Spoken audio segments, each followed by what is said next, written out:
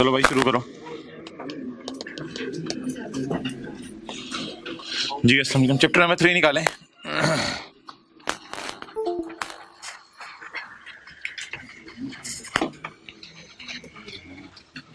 इसमें page number 19, ethics for tax payers, morality behind tax compliance. अच्छा, ये ना 3 अप्रोचेज हैं। There are 3 approaches to tax compliance which are as under, जो कि ये हैं। यूटिलिटेरियनिज्म, ये एक ऐसी अप्रोच है जिसमें कहा जाता है कि भाई अभी टैक्स से इसको लिंक ना कीजिएगा, जिसमें चाहा जाता है यूटिलिटेरियनिज्म में कि ज्यादा से ज्यादा हैप्पीनेस होनी चाहिए, खुशियां होनी चाहिए अमंगस्ट पॉपुलेशन, लोगों के दरमियान खुशियां होनी चाहिए। Happiness is satisfaction of our desires. Deontology कहती है कोई भी काम करना है ना तो ये ना देखो खुशी है या नहीं, आपने ये काम इस वजह से करना है कि ये आपकी ड्यूटी है। तो ये एथिकल बिहेवियर को इसलिए पसंद करता है कि आपकी ड्यूटी है एथिकल रहना। अच्छा, या टैक्स के एतबार से बात करें तो आपकी ड्यूटी है टैक्स देना। Virtue ethics, virtue ethics focus on virtues we should have, हमारे में जो वर्चूज होने चाहिए। क्या broad conception must be use here. गाल करना आगे, virtue is not only honesty, ये ऑनेस्टी नहीं है, बट यूजिंग वंस टैलेंट, ये टैलेंट इस्तेमाल करना भी एक वर्चू है, अच्छी बात है। और सोए पड़े रहना 10-10 घंटे 11-11 घंटे, ये गड़बड़ है। तो अपने टैलेंट को इस्तेमाल करना चाहिए ताकि एक फुलफिल्ड लाइफ गुजर सके। अब लाइफ का फुलफिल का मकसद ही सोना हो तो फिर और बात है। अच्छा, ethics and morality for tax pairs regarding tax compliance. अब इन 3 बातों को लिंक करें आप टैक्स के एतबार से। हो जाओ उधर ही हो जाए एक दफा। इन 3 बातों को लिंक करें टैक्स के एतबार से। अच्छा, ये 3 अप्रोचेज, इनको जरा ज़बानी याद करें। यूटिलिटेरियनिज्म, ट्राई करें, डेंटिस्ट भी तो बोल ही लेते हैं। यूटिलिटेरियनिज्म, डियोंटोलॉजी और वर्चू एथिक्स। अच्छा, अब जी for tax payers following utilitarian approach, जो tax payer utilitarian approach follow कर रहे हैं, यानी कहते हैं कि हैप्पीनेस होनी चाहिए लोगों के दरमियान। The important economic goal is to ensure that goods and services are available to everyone for decent life. क्यों अवेलेबल होनी चाहिए गुड्स? ताकि लोग खुशी से जिंदगी गुजार सकें। Utilitarian compliance level, compliance level होता है लॉ को मानने का जज्बा, लॉ को मानने का जज्बा। Utilitarian compliance level will be better, utilitarian का लॉ को मानने का जज्बा बेहतर होगा। यूटिलिटेरियन आ जाओ आगे, utilitarian compliance level will be better, utilitarian का लॉ को मानने का जज्बा आला होगा, क्योंकि यूटिलिटेरियन खुशियों की बातें करता है। कैसे? असल में यूटिलिटेरियन ये कहते हैं मैं खुशी से इसलिए टैक्स देने को तैयार हूं। जरा लॉजिक और से सुननी है, आप इधर सुनो। यूटिलिटेरियन कहते हैं खुशी होनी चाहिए। यूटिलिटेरियन कहते हैं मैं टैक्स इसलिए मानने के लिए तैयार हूं कि जब टैक्स दिया जाएगा तो आम लोगों, जनरल पब्लिक के दरमियान हुकूमत खाना रोटी सारी चीजें प्रोवाइड कर सकेगी, इसलिए लोग खुश होंगे। जब लोग खुश होंगे तो मैं तो चाहता ही खुशियां हूं, मैं तो इस अप्रोच में चाहता ही खुशियां हूं। तो यूटिलिटेरियन का टैक्स मानने का जज्बा हाई लेवल पे होगा, जिसको आप कहते हैं लेवल है। यूटिलिटेरियन का टैक्स को लॉ मानने का जज्बा हाई होगा because there is a greater need of resources for general public and country, क्योंकि जनरल पब्लिक और कंट्री के लिए ग्रेटर रिसोर्सेज की जरूरत है। ये खुशियां कैसे आ जाएंगी रिसोर्सेज से? जब टैक्स दिया जाएगा तो फिर लोगों में बांटा भी जाएगा हुकूमत की तरफ से, जब बांटा जाएगा तो लोगों में खुशियां आएंगी, सारे सुबह उठ के एक दूसरे को हैप्पी हैप्पी देखा करेंगे। डियोंटोलॉजिस्ट, इस सुबह की क्लास में ना मुंह बना के ना बैठा करें प्लीज। डियोंटोलॉजिस्ट, डियोंटोलॉजी एक ऐसी अप्रोच है विच ले डाउन द ड्यूटीज। ये कहते हैं खुशियां खुशियां छोड़ो, कुछ भी काम करना हो ना तो आपकी ड्यूटी होनी चाहिए। अगर ये काम करना है तो मेरी ड्यूटी है, बस खुशी हो ना हो, ड्यूटी को आपने पूरा करना है। There is a duty of individuals to pay for social resources provided government. Government कौन से सोशल रिसोर्सेज प्रोवाइड करती है? लिखें, सड़कें वगैरह और ब्रिज वगैरह। ये जो सड़कें वगैरह और ब्रिज वगैरह हुकूमत प्रोवाइड कर रही है, तो हमें अन्य वाइज पे बाइकें चलानी चाहिए, स्टंट मारने चाहिए, या हमें इनके लिए थोड़ा बहुत टैक्स की फॉर्म में पे भी करना चाहिए? स्टंट मारने चाहिए, ठीक है। There is a duty of individuals to pay for social resources provided by government, social resources सड़कें वगैरह। The one who uses a public hospital, अगर पब्लिक हॉस्पिटल में जाके मुफ्त लगा रहे हो, 10 रुपए की पर्ची में लाख रुपए का इलाज करवा रहे हो, तो on a public road should pay for it guys, so you should pay for it in the form of taxes guy. So this approach says that it's obligation, ये हमारी जिम्मेदारी है to pay the tax for use of public facilities. Public facilities हम use करते हैं तो इसलिए tax पे करना हमारी जिम्मेदारी है। वर्चू एथिक्स वाला बोला, असल में ये 3 माइंडसेट समझ लें, 3 माइंडसेट है। वर्चू एथिक्स वाला बोला one should use one's talent to full, अपनी सलाहियतें पूरी इस्तेमाल करो। अच्छा, अगली बात ना बड़ी गौर से समझनी है। फाइनेंशियल, पेज नंबर है मेरी बुक में 19, financial incentives encourage people to use their talents. अगर टैलेंट इस्तेमाल करने पे आपको पैसा मिले तो आप टैलेंट का भी हाई लेवल इस्तेमाल करेंगे। दोबारा पढ़ें जरा। Financial incentives encourage people to use their talents. अगर फाइनेंशियल इंसेंटिव क्या है, पैसे, पैसे अगर मिलेंगे टैलेंट इस्तेमाल करने पे तो आप अपने टैलेंट को और दिखाएंगे, फन को और निखारेंगे। लेकिन अगर टैलेंटेड बंदे को कह दिया जाए कि तेरे पे हाई टैक्स रेट लगेगा तो वो कहेगा मैं कमाऊंगा ज्यादा, टैक्स रेट भी ज्यादा लगेगा, तो वो रोएगा। बट आपको पता है हर जगह आ जाता है, but very high tax rate reduce those, लेकिन बहुत हाई रेट उन इंसेंटिव्स को कम कर देगा। हेवी रेट्स, भाई ये खुदा ना खास्ता आपको पता चले ना उठ के कि आप लेट हो जाओगे तो दाएं बाएं वाले को ऑडियो रिकॉर्डिंग का कह दिया करें, बल्कि कॉल पे ले लिया करो, साथ साथ सुनते रहा करो। But very high rate reduce those incentives. लेकिन अगर ज्यादा टैक्स रखेंगे तो इंसेंटिव्स को लोग ज्यादा इस्तेमाल नहीं करेंगे, लोग कहेंगे सारा तो हुकूमत ले जाती है, हमारे पास क्या बचता है। लेकिन ऑब्वियसली हुकूमत भी फिर टैक्स कम रखेगी ताकि लोग खुशी से काम करें। अच्छा, एनदर वर्चू इज चैरिटी। एक और नेकी है चैरिटी, सदका देना, चंदा जिसे आप कहते हैं। साथ वाले को देखा करें जब मैं चंदा कहूं। एनदर वर्चू इज चंदा, एक और वर्चू है चंदा। इधर in the form of cash, या कैश की फॉर्म में, और इधर in the form of time. कुछ लोग पैसे चंदे के तौर पे देते हैं, कुछ लोग कहते हैं देखो मेरे पास चंदा चुंदा तो है कोई नहीं ना, चंदा मैंने आज तक देखा, मैं खुद ही चंदा हूं तो मैं अपना टाइम दे देता हूं। तो कुछ लोग अपना टाइम दे देते हैं चैरिटी में, लोगों की मदद कर देते हैं। कोई गरीब का घर बन रहा था, चल यार ईंटें मैं उठा देता हूं। ज्यादा घर लेके जाने के लिए पैसे होंगे तो लोग ज्यादा चंदा देंगे। वैसे ज्यादा घर देने के लिए पैसे कैसे होंगे? अगर आपने 100 रुपया कमाया है और 10 रुपए टैक्स दे दिया, फिर तो ज्यादा पैसे लेके जाने के लिए होंगे घर। लेकिन अगर आपने 100 रुपया कमाया और 70 रुपए टैक्स दे दिया, फिर पैसे ज्यादा घर लेके जाने के लिए नहीं होंगे। The more take home money people have, the more charities they can afford. जाहिर बात है, और चैरिटी के लिए पैसा होगा तो फिर आप टाइम भी निकाल लेंगे, चलो यार कोई काम भी कर लें आप, वरना तो शर्म सी आती है पैसे लिए बगैर निकलना और चंदा देना। मैं अपना टाइम चंदे के तौर पर देने आया हूँ। The third virtue is independence. अच्छा मुझे ये बताएं, दूसरों के पैसों पे जीना सही है या अपने पैसों पे? अपने पैसों पे जीना सही है। कोई हया होती है बंदे में, कोई गैरत होती है बंदे में। ये नहीं कि दूसरे से तू ये खिला, तू वो खिला, तू ये करा। ये जो पुरवकार लोग होते हैं ना, इनके अंदर ये बातें नहीं होती। अच्छा हमारी तबीयत है ना भूखी नहीं होनी। अच्छा, थर्ड वर्चू इज इंडिपेंडेंस। तीसरा वर्चू क्या है? Independence. It is good to live on others money, it is good to live on lower tax rate make independence easy. कुछ बातें बीच में वो चल रहा होता है, आगे पीछे से लिंक नहीं होती हैं, अलग अलग लाइंस हैं, तो कई चीजों को अलग अलग लाइन के तौर पे आप पढ़ेंगे और कई चीजों को शायद लिंक करके पढ़ना पड़े। अच्छा भाई ये सिलेबस में है, क्या करें। अच्छा मोहतरम, अब ये 3 किस्म के लोग हैं, यूटिलिटेरियन, डियोंटोलॉजी, वर्चू एथिक्स। अच्छा, लॉ मेकर ने जाने टैक्स लेने। जो हजरात लेट आए हैं यूटिलिटेरियन लोग हैं, ये कहते हैं खुशियां होनी चाहिए। डियोंटोलॉजी वाले कहते हैं किसी काम को करने ड्यूटी समझ के करो, और वर्चू एथिक्स वाले कहते हैं टैलेंट्स को फुल इस्तेमाल करो। तो ये सादा सादा सी बातें हैं। इन 3 लोगों के पास अगर लॉ मेकर ने टैक्स लेने जाने ना, तो लॉ मेकर पहले ये पता चलाएगा ये किस फिरके से है। लॉ मेकर इसे कहेगा और भाई क्या हाल है, कहते हैं मैं ठीक हूं, मैं बस चाहता हूं लोगों में खुशियां हो। लॉ मेकर को अंदाजा हो जाएगा ये किस अप्रोच से ताल्लुक रखता है, यूटिलिटेरियन से। इससे कैसे टैक्स लेगा? जैसे फकीर होता है ना, उसको पता होता है नया शादीशुदा जोड़ा जा रहा हो, अल्लाह तुम्हें औलाद दे, बाबा जी अल्लाह तीनों हज कराए, बाबा जी बचा जा रहा अल्लाह तीनों पास करे। तो वो जिस तरह का बंदा गुजरा होता है ना, उसके मुताबिक ही वो दुआ देता है। तो इसी तरह ये 3 किस्म के लोग हैं, 1 2 3। इन 3 किस्म के लोगों को लॉ मेकर ने इन्हीं की जबान में बात करनी है, तो ये तीनों खुशी से टैक्स देने को तैयार हो जाएंगे।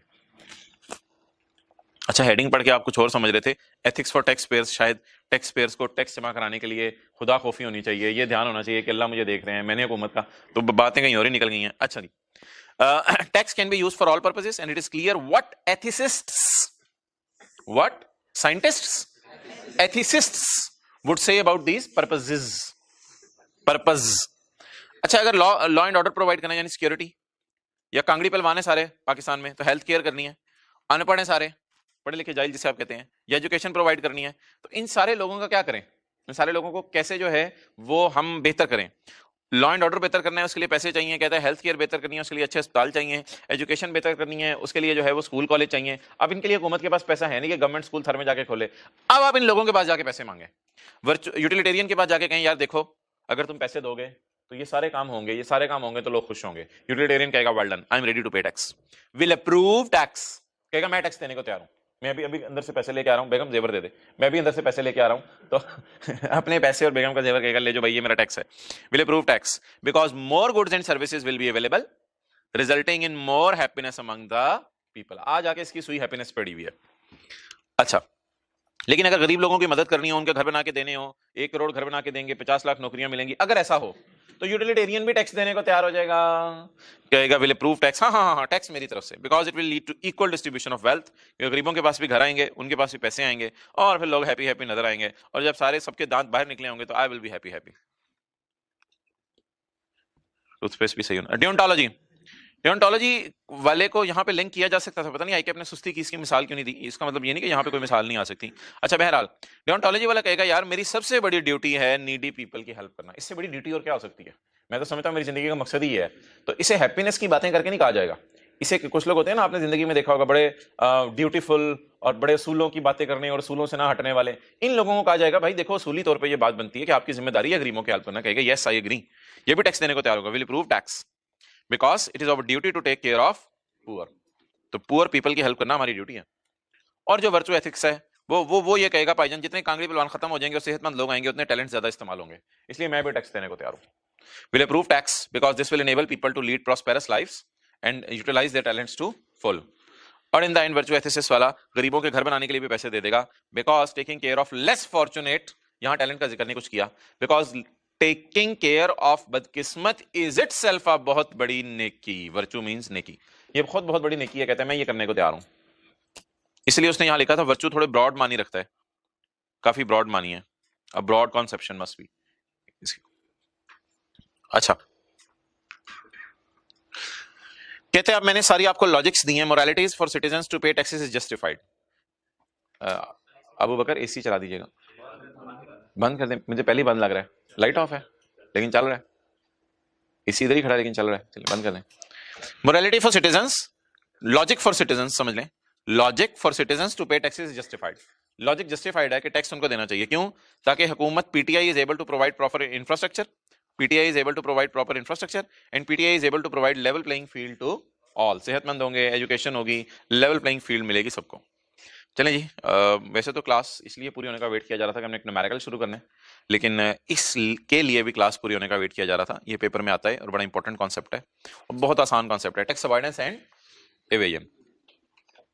तो जो हजरात माशाल्लाह जेल रोड पे आते जाते रहते हैं उनको पता होगा कि जेल रोड पे इस साइड पे जो है वो मैकडॉनल्ड्स है, इस साइड पे जो है वो केएफसी है, इधर क्या जिलानी पार्क है, ठीक है, इधर जिलानी पार्क है और इधर जो है वो पीआईसी है और ये जो है वो रोड चल रही है, ये उसके दरमियान ये है। अच्छा अब ये जो है ना, अगर आप गाड़ी के ऊपर डिंकी के ऊपर आ रहे हैं और गाड़ी के ऊपर आते आते आते आप इधर आए हैं, इशारा बंद हो गया है, तो ये आप चेक करिएगा अपना लेवल, मैकडॉनल्ड्स के पास है ना, ऐसे थोड़ा सा होके ना ऐसे आप निकल सकते हैं, तो उस इशारे को आप अवॉइड कर सकते हैं। कितने लोगों को पता है उस इशारे का? अच्छा जी, 2-3 लोग हैं, बाकी इंशाल्लाह क्लास के बाद चलते हैं। तो ये आप निकल सकते हैं। और अब आप पुलिस वाला आगे पकड़ेगा, आप कहेंगे पहले मैं खाला के घर जाने लगा था, अब मैं फूफू के घर जाने लगा हूं, बहरहाल अब मैं ताया के घर जा रहा हूं। तो इस तरह की बातें करते हैं, पुलिस वाले भी हंसने लग जाते हैं कहते जा यार जा। ओके, तो दूसरी ऑप्शन क्या है? दूसरी ऑप्शन ये है कि भाईजान आप गाड़ी खलो के इधर खड़े हो जाएं कि भाईजान बत्ती लाल है, मैं भी लाल हाँ, खलो जा। तो लेकिन फिर दिल में आए छिक के रखो और आप निकल जाएं। अब इवेजन कौन सी है और अवॉइडेंस कौन सी है? पहले वाली क्या थी? अवॉइडेंस, और दूसरे वाली इवेजन। तो पहले वाली अवॉइडेंस थी, यानी कि आप वो पकड़ नहीं सकता, आपका सर्विस लेन से होकर निकले हैं। तो मोस्ट पीपल पे देयर टैक्सेस। इसी तरह टैक्स बचाना है और टैक्स एवेड करना है। कंपनीज के लिए टैक्स रेट किसी को याद हो? 29%। और इंडिविजुअल्स एओपीज के लिए टेबल 1, और टेबल 1 में तो रेट 10% भी है, 15% भी है। अच्छा, 2 लोग मिलकर कारोबार शुरू किया, उनके लिए बाइंडिंग है कि कंपनी बनवाएं या वो पार्टनरशिप भी बन सकते हैं। अब आपकी चॉइस है। अब अगर आप जानबूझ के एओपी इसलिए बनाएं कि मेरा टैक्स बचेगा, तो आपने क्या गलत किया? कोई इवेजन नहीं की। कैसे लॉ मारा है? लॉ मेकर आपको क्या आके कहेगा? टैक्स बचाने के लिए तुम एओपी बने हो, आओ पकड़ो तुम दोनों को गाड़ी में डालो, चलो एससीसी पे ले जाओ, यार इनकी कंपनी बनाओ। हद होगी यार, इनकी कंपनी बनाओ, रुंडे हैं दोनों। ओ भाई एओपी हैं, एओपी हैं, खड़े हो जा, तू हंस रहा है। प्रेसिडेंट की मिसाल दे, खड़े हो जा। नहीं खड़े हो जाओ, खड़े हो जाओ, हंसा करो ना, ये तो मसला है ना, हंसना मसला है। खड़े हो जा, खड़े हो जा। प्रेसिडेंट की मिसाल दो, खड़े हो जाओ, प्रेसिडेंट की मिसाल दो। ओ भाई खड़े हो जाओ, प्रेसिडेंट की मिसाल दे। क्लास में नहीं थी, घर में बैठ के प्रेसिडेंट अब्बू ने हाँ चल फिर, अब क्या फायदा, रहने दे, चलो बैठ जाओ यार, छोड़ो पर यार, मैं आइंदा किसी को पढ़ा लिया करूंगा। Most people pay taxes but are not willing. अच्छा वैसे बीच में एक बात याद आ गई, मैंने कहा आपसे पूछ लो। अच्छा इवेजन क्या होता है? जानते बूझते हुए टैक्स मारना। और अवॉइडेंस क्या होता है? लॉ के अंदर रहते हुए टैक्स बचाना। चलो मैंने आपको मिसाल दी, एक और मिसाल है।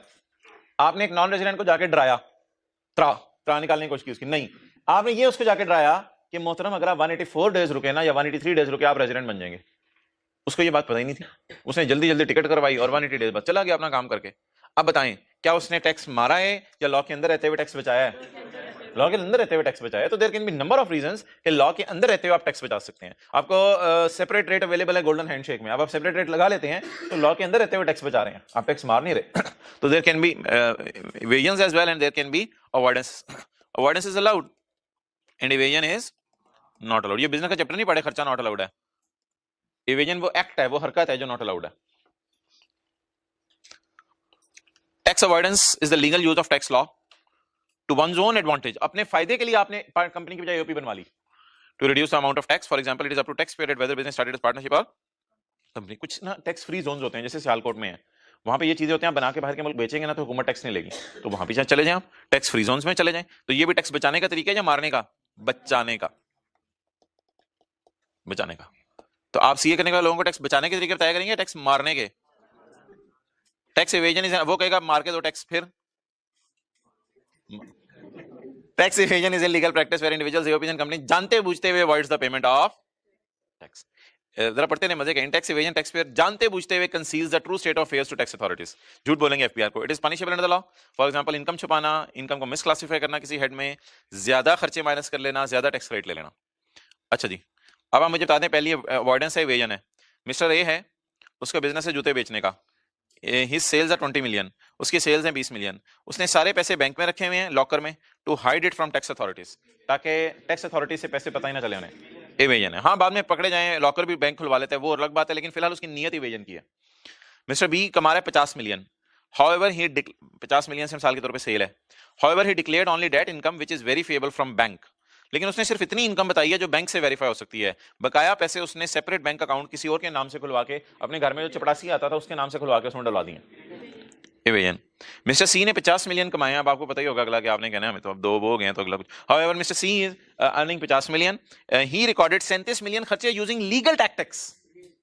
लीगल टैक्टिक्स चूज करते हुए इनिशियल अलाउंस बड़ा सा डाला, डेप्रिसिएशन की फिगर्स डाली हैं, भाई ये अलाउड है सारी, ये तो आपने लॉ के अंदर रहते हुए किया। तो this is called as avoidance, law के अंदर रहते हुए बचाने।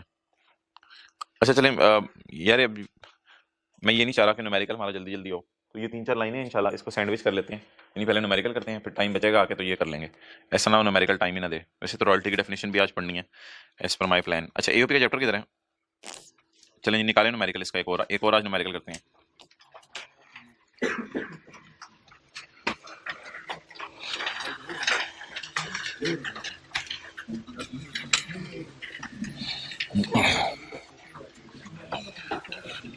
ये मैं एक चीज बना के लाया हूँ घर से, आप लोग घर से सवैयां बना के लाते हैं और मैं ये बना के लाया हूँ। इनकम फ्रॉम बिजनेस बता दें इस बंदे की, कैलकुलेटर निकालें और इनकम फ्रॉम बिजनेस बता दें इसकी। सादा सी बात है, 30-35 सेकंड सोच ले और जवाब दे दें।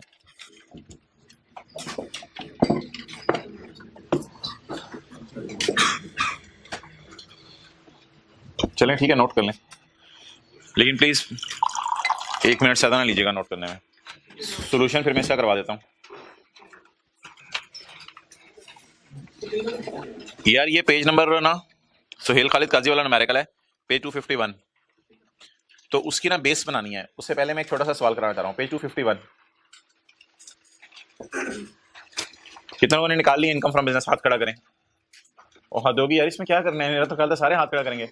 बताएं इनकम फ्रॉम बिजनेस कितने लोगों ने निकाल लिया, हाथ खड़ा करें, बस जल्दी बताएं बाकी भी।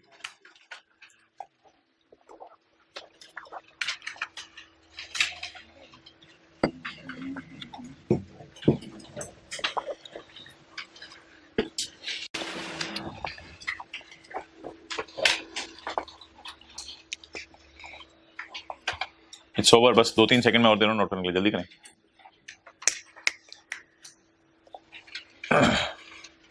हाँ जी, तो यार ऐसे तो ना करें ना। ये देखें, आपके मैंने आपको कराया था एक न्यूमेरिकल, आपके बिजनेस की सेल है 100 रुपया, आपके बिजनेस के खर्चे हैं 40 रुपए, आपने अदर इनकम कमाई जो आपने ऐड की, gain on shares, gain on shares, तो 65 हो गया।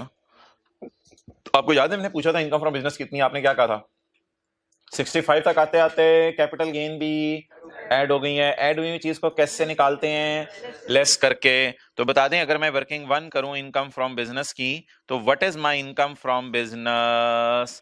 65 लेस कैपिटल गेन 5। कितने लोगों को बात याद आ रही है? तो बता दें, अगर प्रॉफिट में किसी और हेड की इनकम ऐड हुई हो तो उसे कैसे पाक करते हैं?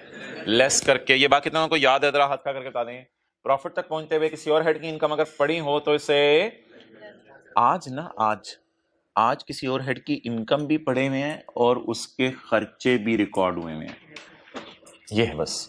आज किसी और हेड की इनकम भी पड़ी हुई है, लेकिन वो इनकम ऐसी नेचर की है कि जो अपने खर्चे भी पाल रही थी साथ। कैपिटल गेन के तो शायद इतने खर्चे नहीं थे, लेकिन उस इनकम के खर्चे भी थे। तो ये फर्क है बस आज। अब तो निकाल दें यार, अब तो बता दें कितनी निकली यार इनकम फ्रॉम बिजनेस। एक्सेलेंट। 80 वाले हाथ खड़ा करें। तो 80 is the income from business. Well done. कैसे? प्रॉफिट तक पहुंचते हुए बिल्डिंग का किराया शामिल हो चुका हुआ है। बिल्डिंग रेंट पे देना बिजनेस है या बिजनेस? ये तो सेल्स और सैलरीज आपके बिजनेस की होंगी। बिल्डिंग रेंट पे देना बिजनेस है या बिल्डिंग रेंट पे देना प्रॉपर्टी है? तो बोले 92 के प्रॉफिट तक पहुंचते हुए इनकम फ्रॉम प्रॉपर्टी क्या हो चुकी है? ऐड हो चुकी है। क्लियर? अच्छा, ग्रॉस इनकम फ्रॉम प्रॉपर्टी कितनी है? 15। खर्चे माइनस करके। अकाउंटिंग वाले रिपेयर अलाउंस माइनस नहीं करते जब तक रिपेयर ना हो। अकाउंटिंग के टीचर रिपेयर अलाउंस माइनस नहीं करते। अकाउंटिंग के टीचर बस जो एक्चुअल खर्चे हैं वो माइनस करने देते हैं। अच्छा जी, बोले ये ग्रॉस रेंटल इनकम कितनी है? 15। और खर्चे 3। कट कटा के रेंटल इनकम 12। तो रेंटल इनकम इज 12। क्या मैं रेंटल इनकम को उल्टा दूं? बिल्कुल उल्टा दें। वर्किंग 1 इनकम फ्रॉम बिजनेस निकालने चला हूं। नेट प्रॉफिट तक पहुंचते पहुंचते 15 ऐड हो चुका है। 15 ऐड हो चुका है। 15 को लेस कर दूं, 3 लेस हो चुका है। 3 को ऐड कर दूं, जवाब क्या आएगा? 80। कितने लोगों ने 12 को लेस किया? एक्सेप्टेबल है, कोई मसला नहीं, आपकी मर्जी है। दोनों बातें समझ आ गई तो हाथ खड़ा कर दें प्लीज, बोंगी ना मारिएगा। प्रॉफिट तक पहुंचते कितना ऐड हो चुका है? 12 में ग्रॉस रिसीट कितनी है? उसके खर्चे 3। 2 तरीके हैं, दोनों में से जो मर्जी आपकी दिल चाहे। मैं मुनासिब समझ रहा हूं नेट रेंटल इनकम को उल्टा दूं। नेट रेंटल इनकम को उल्टा दूं। कितनी? 12। बस साम भी मर गया, स्टिक भी इधर गया, मजा है। क्लियर? और दूसरा तरीका क्या है? वो भी 100% एक्सेप्टेबल है यार, उसमें क्या मसला है? दूसरा तरीका भी सही है कि 92 तक पहुंचते हुए 15 ऐड हो चुका है। ये बिजनेस का नहीं है। इसे लेस 15 को लेस कर दें। और 92 तक पहुंचते हुए 3 लेस हो चुका है। इसे तो जो 92 तक पहुंचते हुए किसी और हेड की चीजें हैं उनकी नेचर समझ के उल्टाने हैं या उनको आने हुआ उल्टाने? तो ये ऐड हो चुका तो इसको लेस करके, और ये लेस हो चुका हो इसको। तो मैंने 15 और 3 को अलग अलग किया है या डायरेक्ट 12 से खेला हूं? डायरेक्ट 12 से खेला हूं। इसलिए डायरेक्ट 12 से खेलूंगा कि आप लोगों का एक लेवल है। तो 12 नेट है ना, तो नेट को उल्टा दिया बस। अलग अलग भी उल्टाया जा सकता था। क्लियर हो गया? चलें जी, अब आज का सवाल शुरू करें। सुहेल खालिद और तीसरा शहजादा काजी are members of an AOP and share profits and losses in the ratio of 2:1. Page number 252. The principal activity of AOP is trading of rice and wheat. ये तो एग्रीकल्चर इनकम कमा रहे हैं, ये तो माफ होगी। अगला न्यूमेरिकल शुरू करते हैं इंशाल्लाह। 12 नंबर आगे हमारे। एग्रीकल्चर इनकम कमा रहे हैं, माफ होगी ना? ना भाई, एग्रीकल्चर इनकम नहीं कमा रहे। Trading of rice and wheat, खरीद के बेच रहे हैं। एग्रीकल्चर इनकम तो वो कमाएगा जो चावल या गंदम काश्त करेगा। ये काश्त कर रहे हैं या दुकानों से खरीद के बेच रहे हैं? तो ये तो एग्रीकल्चर इनकम तो नहीं कमा रहे, ये तो चीजें खरीद के बेच रहे हैं। आप चावल खरीद के बेचें, ये कहें कि मेरे माशाल्लाह बाग है मुंजी के। Following are the details of annual income of the AOP and its members. AOP बेचारी को लॉस आ गया, कितने का? 15 लाख का। The loss has been arrived at after adjusting rental income. वैसे हमारे शहजादे को प्रॉफिट आ रहा था। The profit has been arrived at after adjusting rental income. The profit has been arrived at after adjusting। ये जो एडजस्ट का लफ्ज होता है ना, ये गोल सा लफ्ज होता है। कभी इसका मतलब ऐड होता है, कभी लेस होता है। एडजस्ट का मतलब तो दो मानी का होता है। तो बस प्रॉफिट तक पहुंचते हुए रेंटल इनकम क्या हो चुकी है? ऐड हो चुकी है। एडजस्ट से मुराद है ऐड हो चुकी हुई है। This had been arrived at after adjusting rental income, the details of which are as follows. अच्छा उधर 15 रुपए लिखा हुआ था, इधर 2 मिलियन लिखा हुआ है रेंट जो आया, और उधर 3 रुपए के खर्चे थे, और इधर 40,000 का प्रॉपर्टी टैक्स है, और अकाउंटिंग के टीचर ने डेप्रिसिएशन भी माइनस करा दी। हालांकि हमारा जो सेक्शन 15A है वो कहते हैं डेप्रिसिएशन माइनस करने की इजाजत नहीं है, बल्कि वो रिपेयर अलाउंस आपको 1/5 माइनस करने देता है। तो हम लोग डेप्रिसिएशन वगैरह माइनस नहीं करते इनकम प्रॉपर्टी के चैप्टर में, तो डेप्रिसिएशन भी अकाउंटिंग के टीचर ने माइनस करवा दी। तो नेट रेंटल इनकम ये है। अब आप मुझे बता दें कि डन और डन, उधर 15 रुपए था, उधर 3 रुपए था, उधर 12 रुपए था, समझ आ रहे हैं? ठीक है। तो अच्छा इस बंदे की ना कहानी कुछ इस तरह बनी है, ऐसे ही आपके समझने के लिए और आपको तंग करने के लिए और आपके साथ वाले को छेड़ने के लिए मैं ये बात करने लगा हूं। इसकी कहानी कुछ इस तरह बनी है, इस बंदे की का जो ये ना ये वाली फिगर, ये नेट लॉस है। ये नेट लॉस कितना है इसका? ये नेट लॉस है इसका 1500, और इस तक आते आते रेंटल इनकम ऐड हो चुकी हुई है 1502.5, 1502.5। बाकी बिजनेस में ऊपर लॉसेस इतने होंगे कि वो ये फिगर भी खा के पीछे नेगेटिव ही बचा होगा, तो बिजनेस में ऊपर हैवी लॉसेस होंगे शायद, तो इसलिए हमें इससे कंसर्न नहीं। मुझे ये बता दें हमारा स्टार्टिंग पॉइंट क्या होगा? I will start from profit और I will start from loss.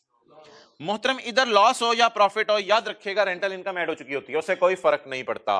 मिसाल के तौर पे इधर 100 होता और नीचे 300 की सैलरीज होती, तो इसने 12 ने फिर भी ऐड ही होना था, क्योंकि इसकी नेचर तो इनकम की है ना। तो what ever the loss of business में बी, इनकम्स याद रखिएगा, कैपिटल गेन्स हो, रेंटल इनकम्स हो, हमेशा यहां पे प्रॉफिट की फिगर पड़ी हो या लॉस की फिगर पड़ी हो, अकल यही कहती है कि इनकम्स तो यहां तक आते आते क्या हो चुकी होंगी? ऐड हो चुकी होंगी। तो अब वो यही कह रहे, कहते द लॉस तक आते आते रेंटल इनकम इंक्लूड हो चुकी है, ऐड हो चुकी है, एडजस्ट से मुराद है इंक्लूडेड है। अब यहां तक पहुंचते पहुंचते प्रॉफिट तक, या प्रॉफिट है या लॉस है, वहां तक पहुंचते पहुंचते ऐड हो चुकी हुई है। चलें जी, expenses debited to P&L include the following खर्चे पेड टू मेंबर्स। ओ तेरी खैर मोहतरम, मेंबर्स को जो पेमेंट्स है ना वो प्लीज P&L में डेबिट नहीं होनी चाहिए खर्चों के तौर पे। P&L में डेबिट का मींस है इंक्लूडेड इन एक्सपेंसेस, मतलब लिख लें इसका इंक्लूडेड इन एक्सपेंसेस। P&L में डेबिट होने का क्या मतलब है? Included in expenses. अब बोले तो क्या हुआ है? पार्टनर की सैलरीज, पार्टनर का इंटरेस्ट ऑन कैपिटल, पार्टनर का कमीशन, पार्टनर का ब्रोकेज, पार्टनर को की गई कोई भी पेमेंट, बिजनेस का खर्चा और प्रॉफिट तक पहुंचते पहुंचते माइनस हो चुकी हुई है। इनको क्या करना पड़ेगा? ऐड करना पड़ेगा। और इसको क्या करना पड़ेगा? लेस। लेस जितनी अमाउंट शामिल है उसको एज इट इज क्या करना पड़ेगा? लेस करना पड़ेगा। इसको उल्टाना पड़ेगा और इसको भी उल्टाना पड़ेगा। क्लियर? इसको क्यों उल्टाना पड़ेगा? क्योंकि पहले हम बिजनेस इनकम निकालेंगे। इसको क्यों उल्टाना पड़ेगा? ये सेक्शन 21 के जे के मुताबिक खर्चा माइनस करने की इजाजत नहीं है। क्लियर? याद आ रही है बातें? अच्छा, पहले मुझे बता दें क्या 15 लाख तक आते आते रेंटल इनकम ऐड हो चुकी है? क्या मैं इसके बैकअप में जाऊं या मुझे इजाजत है कि मैं इस नेट को भी उल्टा दूं? अगर आप इजाजत दें तो पहले जो नेट है उसे उल्टा देंगे, पहले जो काउंटिंग वालों ने ब्लेंडर मारा है उसे बाल की तरह निकाल देंगे, बाद में टैक्स की वर्किंग जब मैं करने लगूंगा मुझे याद कराइएगा, उसका टैक्स रूल्स भी मैं उनका ध्यान रखूंगा। फिलहाल मैंने आपको अक्सर कहा हुआ है जितनी अमाउंट इंक्लूड कर दिया ना काउंटिंग वालों ने, एग्जैक्ट वो अमाउंट निकाल दिया करें, और ये अमाउंट को निकालते हुए ये भी ना सोचा करें टैक्स वाले क्या कहते हैं। हो सकता है टैक्स वाले कहें इस खर्चे में हमारी ये राय है, इस खर्चे के बारे में हमारी ये राय है। वो बाद में सोचना है जब रिक्लासिफाई करना है, वो बाद में सोचना है जब रिक्लासिफाई करना है। पहले जो है वो इधर उधर के लोग घर के अंदर आ जाए, आप पहले सबको निकालेंगे, निकालने के बाद उनमें से कहेंगे हाँ भाई बताओ तुम लोग आए किस लिए थे? अच्छा ये वाला बंदा, चलो तुम अंदर आ जाओ। फिर उसके बाद देखेंगे क्या करना है। पहले जो मौजूद है उनको तो निकाले ना, तो पहले जो फिगर जिस एतबार से पड़ी है उसको उस एतबार से निकाल दें, और ये निकालते हुए ये ना सोचें कि टैक्स वाले क्या चाह रहे थे। फिलहाल जो काउंटिंग वाले डाल चुके हैं उसको एज इट इज निकाल दें। चलें जी, वर्किंग वन शुरू करें, इनकम फ्रॉम बिजनेस। अच्छा आपको याद होगा आप घरों में बैठे थे, यहां एओपी का न्यूमेरिकल सॉल्व हुआ था, यहां बाकिर का न्यूमेरिकल सॉल्व हुआ था, और यहां पे जो है वर्किंग वन सॉल्व हुई थी। तो इसलिए मैं एओपी का न्यूमेरिकल सॉल्व करने लगा हूं, उसके लिए मैं वर्किंग करने लगा हूं। तो क्या है यार नाम एओपी का? बाकिर, बाकिर किथों आ गया यार? सुहेल, खालिद एंड काजी। एओपी जी जी बिल्कुल, income and tax there on. Tax year 2000 बोले तो ना, बोले तो चलो ये लो बोले तो। अच्छा जी, now income from business. Sir ने ये न्यूमेरिकल ये मुंह से ही शुरू कर दिया? जी बिल्कुल, ये न्यूमेरिकल का मुंह होता है बेटा। तो अब मैं तीसरे सफे पे आके वर्किंग वन करता हूं, इनकम फ्रॉम बिजनेस। बोले तो किसकी? और बोले तो तू बोले ना इसकी इनकम फ्रॉम बिजनेस एओपी की। बोले तो नेट प्रॉफिट या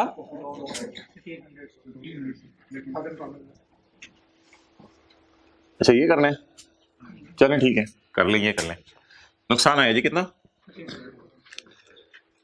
अच्छा प्रॉफिट है या लॉस है इससे कोई फर्क नहीं पड़ता, इस बात को आप इग्नोर कर लें। मुझे बता दें इनकम्स प्रॉफिट तक पहुंचते पहुंचते क्या हो चुकी होती हैं? ऐड हो चुकी होती है, उनको क्या करें? एग्जैक्ट उसी अमाउंट से लेस कर दें।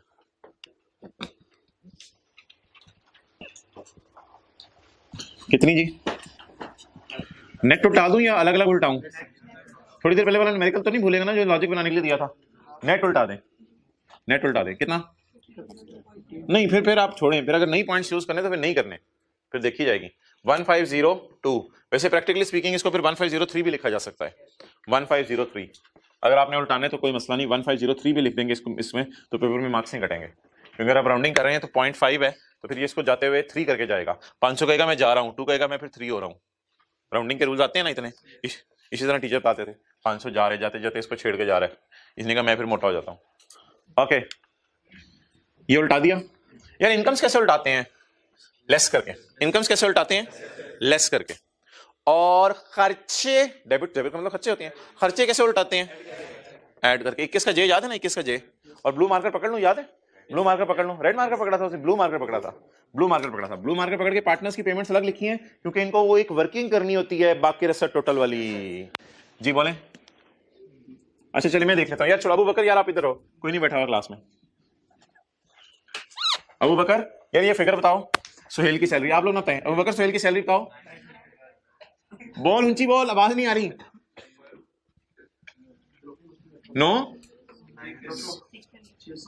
600। काजी को ठंड करा दी। चल नाच काजी, चल मेरी भी सैलरी, चल चुप। सैलरी मेरी भी चुप। पकड़ लो काजी को। सुहेल खालिद और खाजी 300 300 500। शायद ये कैपिटल ज्यादा लाया हुआ है घर से, सरमाया ज्यादा लाया था जब बिजनेस शुरू हुआ था, तो इसको उस पर इंटरेस्ट पे ज्यादा दे रहे हैं। बहरहाल पार्टनर को इंटरेस्ट ऑन लोन दें, इंटरेस्ट ऑन कैपिटल दें, पार्टनर को सैलरी दें, ये पार्टनर है, इसके खर्चे बिजनेस का खर्चा नहीं है। तो ताल पप्पा जान इनकम फ्रॉम बिजनेस टोटल कर दो तो अड़ी मेहरबानी, आपका एहसान, आप खुद ही याद रखना, जल्दी करो। 4040250000, पता नहीं कौन सी फिगरों से खेल रहे हैं आप लोग, इधर पड़ी हुई फिगरों से खेलें। 403 वो एक ही गल करो ना बस, नुकसानी या नुकसाना, रुखसाना नहीं नुकसाना मैं बोल रहा हूं। तो नुकसाना कितना आ गया? 403। तो क्या उल्टा दिया? रेंटल इनकम उल्टा दी। नेट नेट लिखा हुआ है इसने, हाँ गुड, इसने भी नेट का लफ्ज लिखा हुआ है, अच्छी बात है। नेट इनकम उल्टा दी और क्या उल्टा दिया? एक्सपेंसेस। अच्छा वर्किंग टू में इनकम प्रॉपर्टी भी निकाल लें, इनकम हम प्रॉपर्टी निकाल लें इसकी।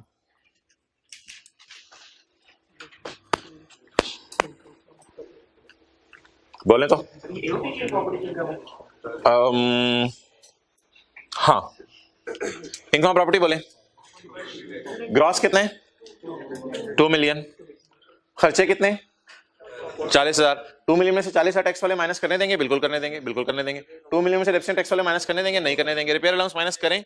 करें करें करें। अब टैक्स वालों की नजर में वर्किंग करें, आप तो सीधी सीधी वर्किंग करें, आपको ज्यादा सोचने की जरूरत नहीं। इसको रिक्लासिफाई करना था ना, लिख लें, इसको रिक्लासिफाई करना था, लेकिन 1503 का कुछ नहीं करना था, असल में आप टैक्स रूल्स लगाने हैं। तो ग्रॉस रेंट बोलें जी, लेस। पहले रिपेयर अलाउंस आदत बनी हुई है ना माइनस करने की, शर्म सी आती है अगर माइनस ना करवाएं तो। यस सर कह रहे हैं 2000 into 1/5। छोड़ो यार आप लोग नाम बताओ भाई, मैं खुद ही करता हूं। ऑनलाइन वालों property tax 40, property tax 40। Depreciation मैंने आपको कहा था क्या किया करें, ऐसे डेफिसिट पे उंगली रखें, उंगली रखें, उंगली रख के ट्राई करें, जरा करो अपना वाला वर्जन दिखाओ इसका। दांत निकाल रहे तो जी प्रॉपर्टी टैक्स नहीं इसको नहीं करना, एग्जामिनर करेगा। कभी ना यार 1560।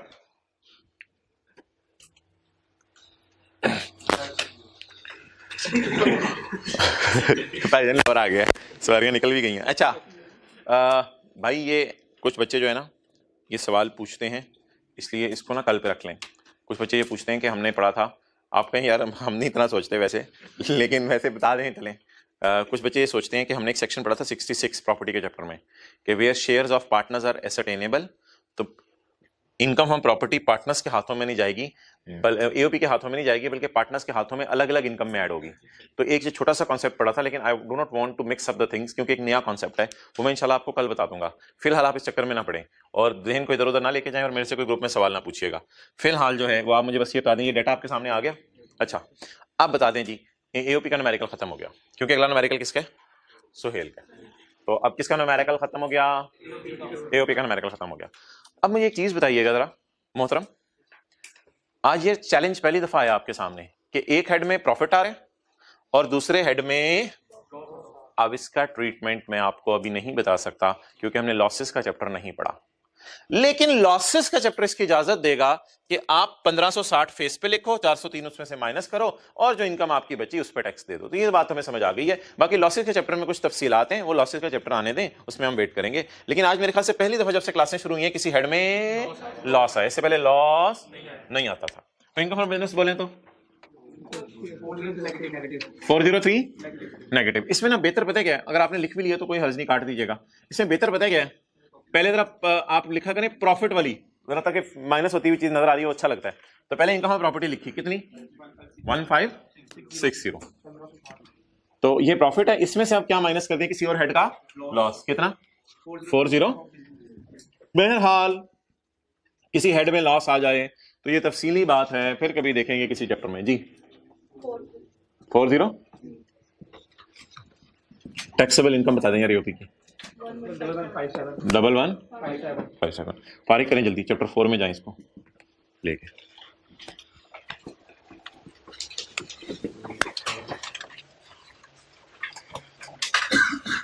पेज नंबर 5 कितनी है जी?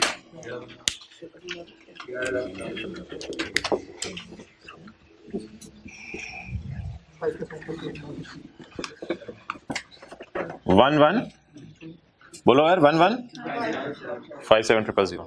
किधर आ जाए 115700? इस वाले में चाचू ऐसा करना, चाहे थर्ड में है 10,000 जमा 10% of amount exceeding 6 lakh. Syllabus जो है वो ऑनलाइन के ग्रुप में शेयर कर दिया गया और आपका वेबसाइट पे लगा हुआ है टेस्ट का। अगले जी 10,000 जमा 10% ऑफ 5,7,000। अब आप जो जवाब आए कैलकुलेटर पे उसको डिवाइड करें 1000 से, टैक्स जरा सारे निकाला करें, ये 1000 में जरा मसला हो जाता है, फिर घर में समझ नहीं आती। 66 राउंड करके 66 इट मेक सेंस। खुदा ना खासा फिगर राउंड करते हुए ऐसा ना कीजिएगा 6673 मिसाल दे रहा हूँ 1157 पे 6673 टैक्स निकाल के बैठे हो, कुछ 600% टैक्स दे रहे से ज्यादा। तो अकल है 1157 पे टैक्स कितना? 66, कम ही बनेगा, 1157 से ज्यादा नहीं बन सकता। तो it's over now, it's over now. अच्छा यार, अब एक न्यूमेरिकल की रिक्वायरमेंट सॉल्व हो गई हमारी, बोले तो यार ये वाली रिक्वायरमेंट सॉल्व हो गई है। इसमें टैक्सेबल इनकम कितनी आई है उसकी यार? 11 कुछ, और टैक्स लायबिलिटी तो क्या क्या कैलकुलेट हो चुका है? एओपी की टैक्सेबल इनकम भी आ गई और एओपी का टैक्स भी आ गया। अगर आगे ना लिखा होता एंड ऑफ सोहेल तो क्वेश्चन खत्म था, लेकिन सोहेल की भी टैक्स लायबिलिटी मांगी है हमसे, सोहेल की भी मांगी है। अब ये जो मैं वर्किंग करने लगा हूं माय डियर, ये जो मैं वर्किंग करने लगा हूं, ये वर्किंग इसलिए होने लगी है कि बाकिर का सॉल्व, सॉरी सोहेल का सॉल्व करना है। अगर सोहेल का सॉल्व ना करना होता तो ये वर्किंग ना होती, लेकिन अभी तो सोहेल होता है इसलिए ये वर्किंग होती है। उधर देखें जी, सोहेल, खालिद, काजी, तैमूर। अभी ये तैमूर कहां से आ गया रे? अच्छा, इससे ऊपर ना एक लाइन आप लिखा करें प्लीज, इससे ऊपर एक लाइन लिखा करें, may be it is working to divisible income. ये लाइन लिखा करें इससे पहले, डिविजिबल इनकम। और वर्किंग 3 चल रही है, 2 क्या है? अच्छा वो 2 प्रॉपर्टी की थी, ठीक है। टैक्सेबल इनकम, टैक्सेबल इनकम ना यहाँ आगे एओपी का लफ्ज लिखा करें ताकि याद रहे। ये 1157। अब 1157 को देखें, इधर देखें, तोड़ो तोड़ो तोड़ो, नहीं ऐसे नहीं करना, इसको तरतीब से छू छू छू छू, इसको जरा लंबा सा काम करना पड़ेगा, इसको डबल एंड आएगा क्लोज कर दें, लेकिन इसको थल्ले भी ले आए 1157। अब ना वो वर्किंग करें, सुहेल, खालिद, काजी, टोटल के पंप पे आ जाओ तीनों। अच्छा जी, सबसे पहले क्या जी, चलिए याद है वर्किंग का पैटर्न, मैंने कहा करवा दूं, भूल जाए आपको, रोज में पता भी नहीं चलता, सुबह उठते नाम भूला होता है। 900 600 10 दिन एक बच्चे के साथ बैठते हैं, उसका नाम तक नहीं पूछते, इतनी कंजूसी है तबीयत में, शर्म और पता नहीं क्या क्या नाम आप इसको देते हैं। हमसाई के कूक क्या था करेंगे, इसका नाम नहीं पता, हमसाइयों का नाम नहीं पता था लोगों को। लेवल चेक करें, 300 500, तो रिश्तेदारों के नाम कहाँ पता होने हैं। 900 जमा 600, खड़े हो जो, 40-50 कजन होंगे, नाम सुनाओ सबके। 40-50 होंगे ना, सोच जरा, नान के दाद के 40-50 होंगे, जान दे यार, 60-70 तो आम लोगों के होते हैं कजन, खड़े हो जा। अच्छा 900 जमा 600 1500, 300 जमा 500 1100। अब वो बंदा बैठा, हर बंदा अपने बारे में सोच रहा है। अच्छा भाई इधर आजा, वापस क्लास के बाद गिननी है। अच्छा अब यार ये ना किसी को याद हो कि ये फिगर कैसे निकाली थी, बैलेंसिंग, एक्सेलेंट। किसी को याद हो ये फिगर कैसे निकाली थी, बैलेंसिंग। कैलकुलेटर पकड़े, साथ चलेगा। 1157 माइनस 1500 माइनस 1100, अधूरी सी बात कर रहे हो मुझे लगता है कोई, -1443। आज बेचारों को क्या आ गया, इस वर्किंग में भी लॉस आ गया, जगह जगह लॉस हमें छेड़ रहा है, तो इस वर्किंग में भी लॉस आ गया। बोले कितना, 1443, इस वर्किंग में भी लॉस आ गया।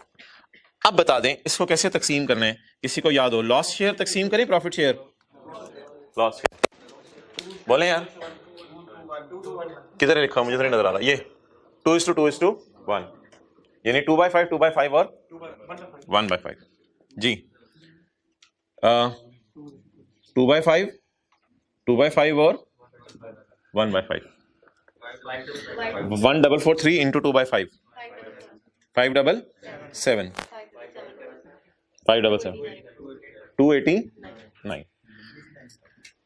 लेकिन मोहतरम अभी ये डिसीजन नहीं आपने लेना कि इनको ओवरऑल लॉस आया है, क्योंकि इनको ना तनख्वाहें वगैरह भी मिल रही थी, तो ओवरऑल अभी मैं डिसीजन नहीं ले सकता इनको लॉस आया है यूपी से प्रॉफिट आया है। जरा चेक कर लेते हैं तनख्वाहें वगैरह डाल डूल के इनको बचा कितना है जी, बोले 623। आगे क्यों क्यों क्यों, इसे क्या करना है, खालिद का क्या करना है टोटल, इसका काजी का टोटल का, वो काजी का काट के बैठे हैं, मैं खालिद पे फंसा हूं, वो काजी का काट के, काजी का क्या करना है टोटल, तो फिर ना निकालें, ऐसी टाइम जाएगा पेपर में, नो नीड नो नीड ये टोटल, क्योंकि सवाल आगे किसका करना है, सोहेल का करना है बस, और सोहेल का सवाल मैं नहीं करा रहा, सोहेल का सवाल बस मैंने दिखा देना, मिस्टर सोहेल, वो आपको पता है income from business, taxable income, add share from AOP, taxable income दोबारा लिखेंगे, ज्यादा वाली इनकम, कम वाली इनकम, वो सारा आसान सी कैलकुलेशन है, वो मैंने आप दिखा देना है, वो नहीं सॉल्व करवाना, यहां तक नोट कर लें बस।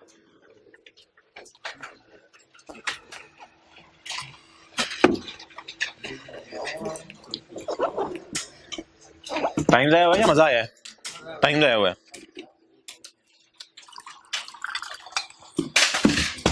बच तो नहीं गया, ढक्कन गिरा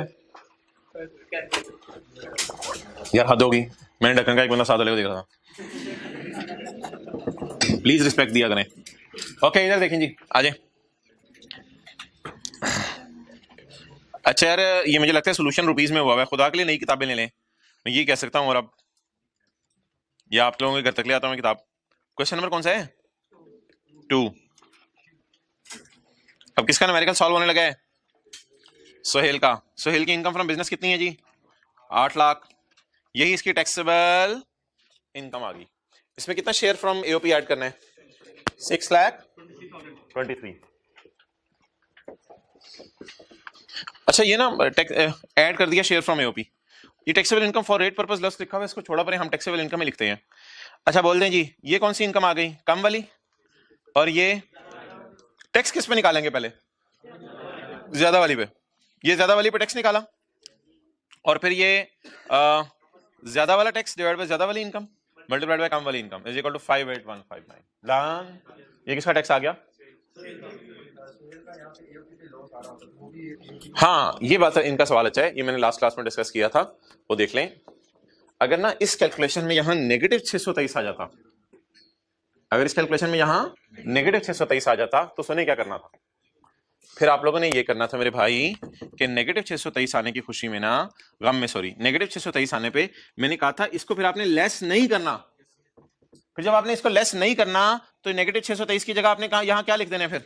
0। तो फिर ये वाली इनकम भी कितनी आ जाएगी, और फिर शायद आपको दो दफा टैक्स भी ना निकालना पड़े। आप अपने समझने के लिए दो दफा निकालना चाहें वो आपकी मर्जी है, लेकिन आप 8 लाख पे बस टैक्स निकालेंगे, वो यही टैक्स बन जाएगा जो भी आएगा। डन? समझ आ गई बात? क्लियर? माइनस कभी भी नहीं करते।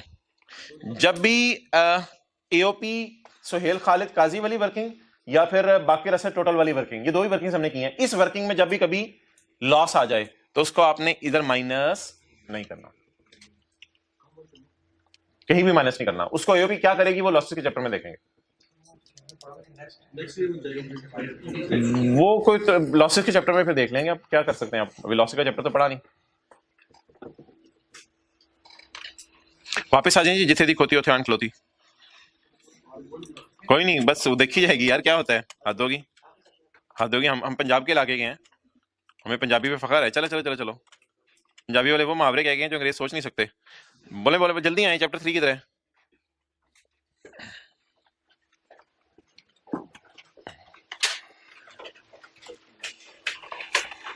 So just have a quick revision.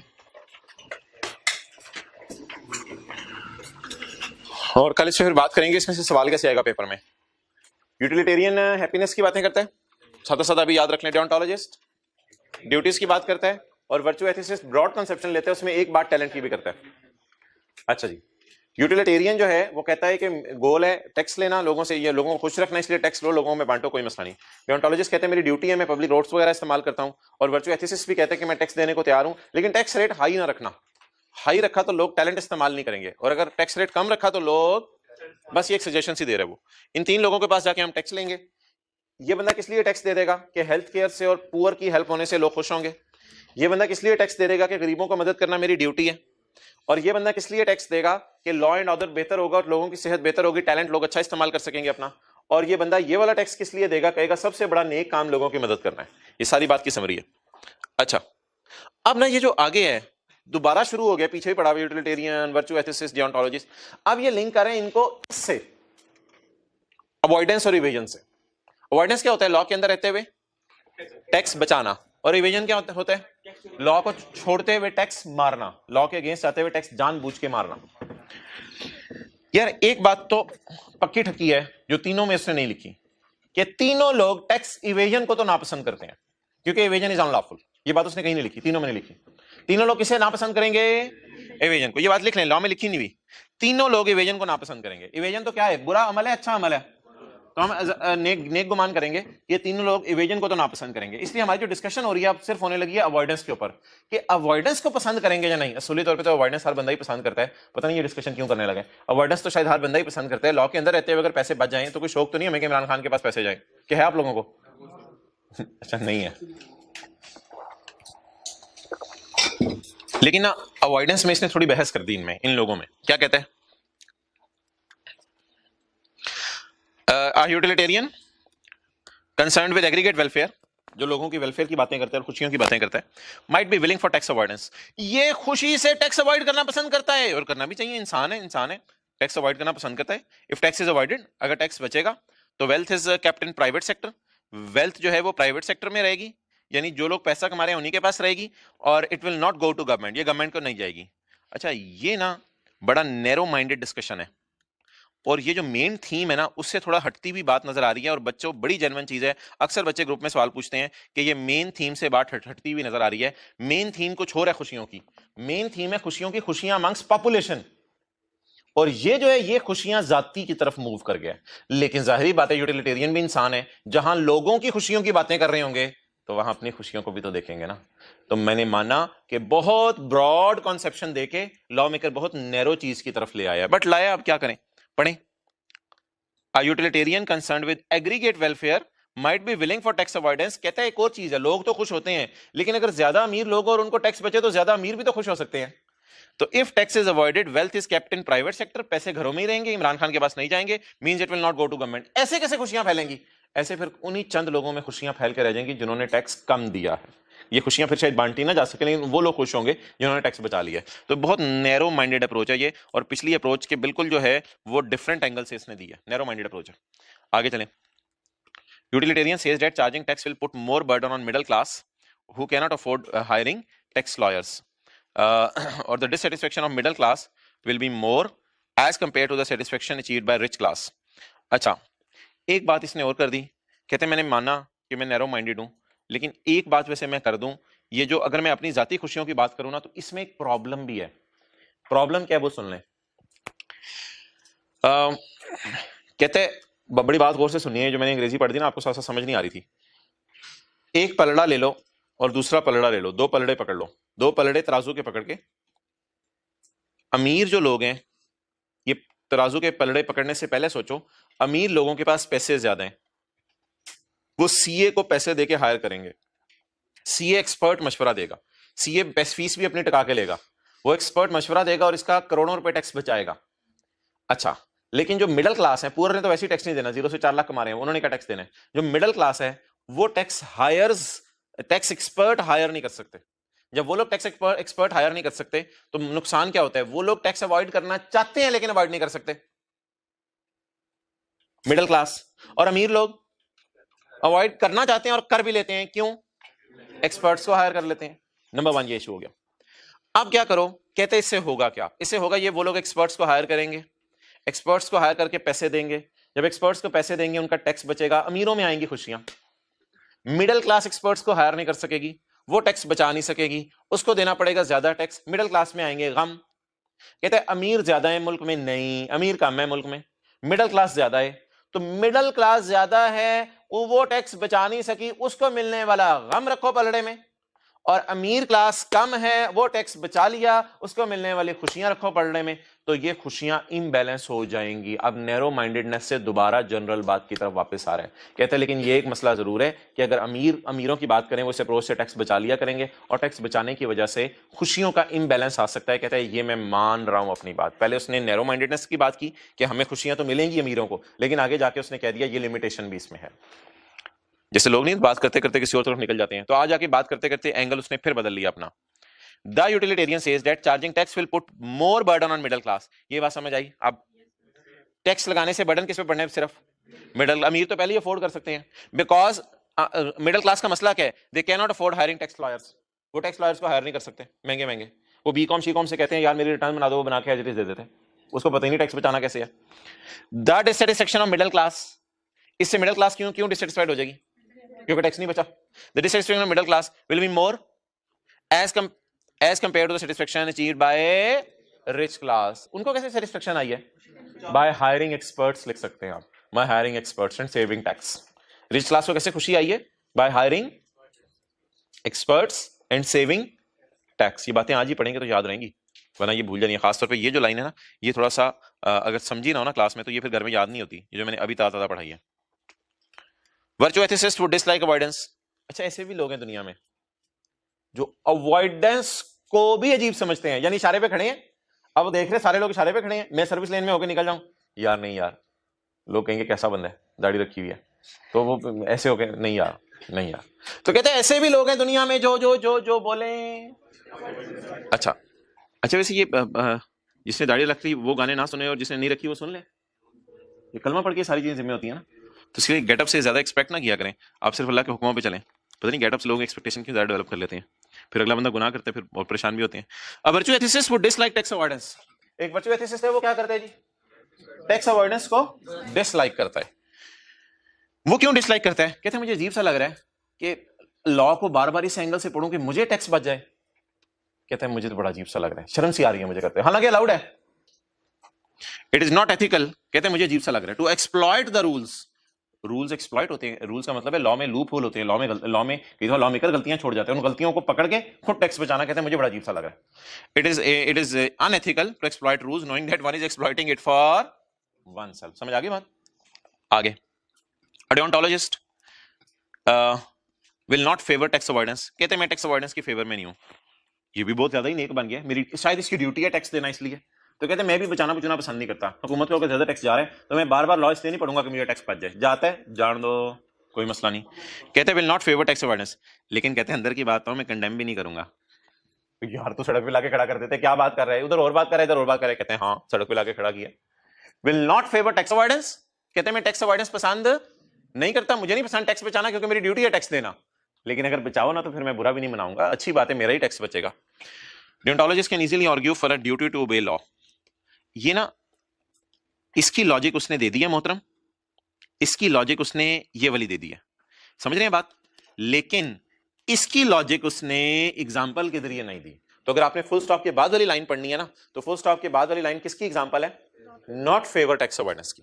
और फेवर टैक्स अवॉइडेंस की कोई मिसाल उसने नहीं दी, वो भी बन सकती है कि अगर आप फेवर करेंगे टैक्स अवॉइडेंस तो भी इंसान ही है, इंसान फेवर कर ही देता है कि मैं भी टैक्स बचाना चाहूंगा, क्या हुआ। तो this is all about these all 3 things. अब ऐसा कर लें, पास पेपर्स में कोई बोंगी शोंगी नहीं मारनी आपने। Question 7, identify 4 powers of federal board of revenue. 4 powers of federal board of revenue, जल्दी करें यार, पकड़ें। हाँ जी, किस पेज पे है, एक्सेलेंट, पेज 20, नहीं गलत, पेज 20। ये पावर्स ही है ना, power to collect revenue, power to, आसान सवाल आता है इस चैप्टर में सीधा सीधा। अच्छा आगे, briefly explain any 2 pillars of tax administration. 2 pillars of tax administration, page number, list down करने हैं या एक्सप्लेन करने हैं। 21, 4 पिलर्स हैं, 4 में से कितने, 2। लिस्ट ऐसी any 6 ethical issues which may be faced by tax administrating authorities. या टैक्स एडमिनिस्ट्रेटिंग अथॉरिटीज मैंने आपको बता दिया था एफबीआर होता है। List the 6 ethical issues which are faced by FBR while discharging their duties under 4 pillars. 4 pillars में duties तो फॉलो करना चाह रहे हैं, लेकिन एथिकल इश्यूज क्या आ रहे हैं। Done. 7 responsibilities of FBR, administrators लिखें कौन होते हैं, एफबीआर। सवाल होता है पेपर में, पास पेपर के क्वेश्चंस को इतनी वेटेज दीजिएगा, आपकी सोच है, इनको बार बार पढ़िएगा सवालों को, कहीं ऐसा ना हो सवाल पेपर में पढ़ के समझना है सीधा सीधा आपने ये चीज तो मुझे आती थी पेपर में लिखनी क्या, ओ ये लिखना था, ओ यार 6 नंबर, इस तरह फिर होता है। तो इसलिए सवालों को ना गौर से पढ़ना है आपने दोबारा घर जाके। तो टैक्स एडमिनिस्ट्रेटर्स की रिस्पॉन्सिबिलिटीज ढूंढे, ना पिलर नहीं पूछ रहा, एक्सेलेंट, पेज 22, रिस्पॉन्सिबिलिटीज। तो पास पेपर के क्वेश्चन पढ़ने हैं और मेन चीज को हाईलाइट करना है। अब घर जाके मेरा हाईलाइटर भी चल नहीं रहा, पता नहीं क्या चक्कर है, बहरहाल मेन चीज को आपने ऐसे हाईलाइट कर लेना घर जाके। List any 6 ethical issues, repeat हो रहा सवाल, पिलर्स रिपीट हो रहा सवाल, मैंने करा दिया। 6 एथिकल इश्यूज, तीसरी दफा रिपीट हो रहा सवाल, 6 एथिकल इश्यूज, चौथी दफा 6 एथिकल इश्यूज। ओ भाईजान छाड़ दो यार ethical issues. 7 responsibilities of tax administrating authorities, वही अभी रिस्पॉन्सिबिलिटीज, रिपीट हो रहा सवाल। मेन कैनन्स ऑफ मेन बाबा जी वाले बताने, पहले चार में से 3 बताने हैं। एक भाई एक दफा मुझे मिले, कहते सर 48 पे फेल हुआ है, मैंने कहा क्या हुआ, कहते कैनन्स भूल गए थे। Question number 1, briefly explain the ethical responsibilities of tax implementing authorities. Ethical responsibilities 10 number की, ethical responsibilities of tax implementing authorities. Implementing authorities कौन है, एफबीआर वाले, इनकी अथॉरिटीज रिस्पॉन्सिबिलिटीज, ये रिस्पॉन्सिबिलिटीज को 22।